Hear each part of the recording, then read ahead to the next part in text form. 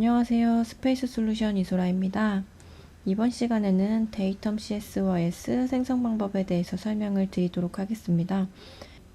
앞에서 데이텀 CSYS에 대해서 간단하게 설명을 드렸는데요. 다시 한번 살펴보면 데이텀 CSYS는 데이텀 코디네이트 시스템을 줄여서 데이텀 CSYS라고 하고요. 스케치나 모델링 할 때 기준이 되어서 다양하게 활용이 되고 있습니다. 그래서 총 8개의 객체가 하나의 피처로 조합된 객체라고 보면 되고요.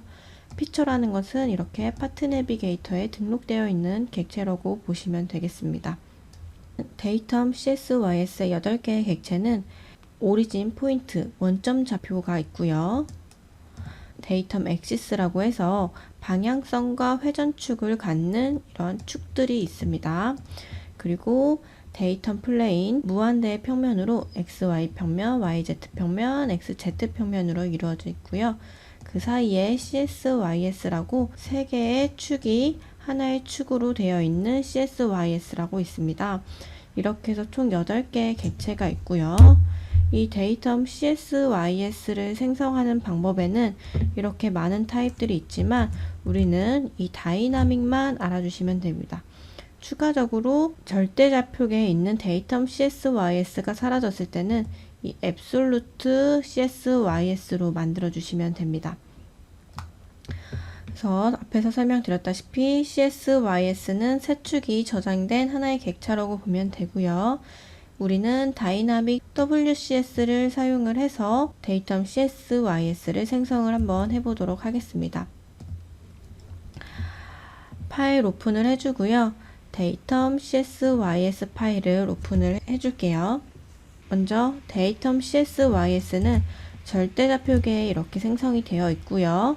추가적으로 원하는 위치에다가 생성을 해서 사용을 할 수가 있습니다. 먼저 데이텀 CSYS는 데이텀 플레인 밑에 데이텀 CSYS라고 있고요. 타입에는 이렇게 많은 타입들이 있지만 우리는 다이나믹과 앱솔루트 CSYS만 사용을 해보도록 할게요. 만약에 이 좌표계에 있는 데이텀 CSYS가 이렇게 딜리트로 사라졌다고 해볼게요. 그럴 때 우리는 데이텀 CSYS에서 앱솔루트 WCS 해서 OK를 해주면 이 위치에 생성이 되는 것을 확인할 수가 있으니까요. 만약 사라졌다고 하더라도 당황하지 말고 다시 생성해 주시면 되겠습니다. 그래서 데이텀 코디네이트 시스템을 이렇게 파트 내비게이터에서도 순서를 또 바꿔주실 수가 있어요. 이번에는 이 챔퍼면에 이쪽에 있는 데이텀 CSYS처럼 생성을 해보도록 하겠습니다. 데이텀 CSYS 클릭해 주고요. 먼저 리셋 부분을 눌러서 원하는 위치에다 생성을 해볼 건데요.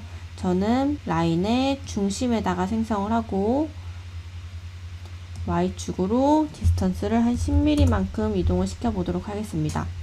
이 위치에서 X축은 이 모서리 축으로 정렬이 되어 있고요. Y축은 이 대각선의 모서리 축으로 정렬이 되어 있고 Z축은 챔표면의 수직 방향으로 되어 있습니다. 똑같은 모양으로 정렬을 시켜 보도록 할게요. 첫 번째 방법에는 축과 축 사이에 있는 굴을 잡고 이동을 시키는 방법입니다. 축과 축 사이에 90도를 틀어주고요.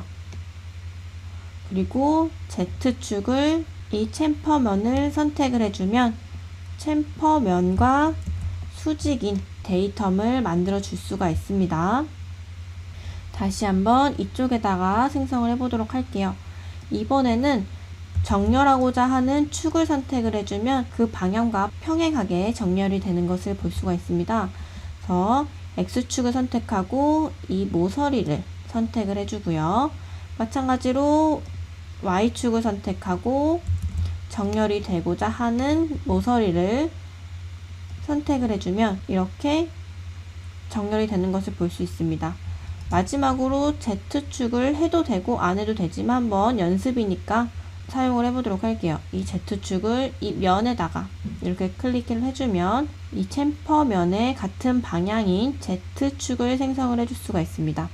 여기서 OK를 누르셔도 되고요. 이 좌표계를 조금 더 크게 배열하고 싶다면 1.5 1.5배로 키우고 싶다면 조금 더 사이즈가 큰 데이텀 CSYS가 생성이 되는 것을 볼 수 있습니다. 이번에는 이렇게 사각형을 감싸는 CSYS를 생성을 해보도록 하겠습니다. 먼저 원점을 여기에 찍어주고요. X축을 이 모서리로 이렇게 잡아주면 한 번에 정렬이 되겠죠. 이렇게 해서 데이텀 CSYS 생성 방법에 대해서 설명을 드렸습니다. 고생하셨습니다.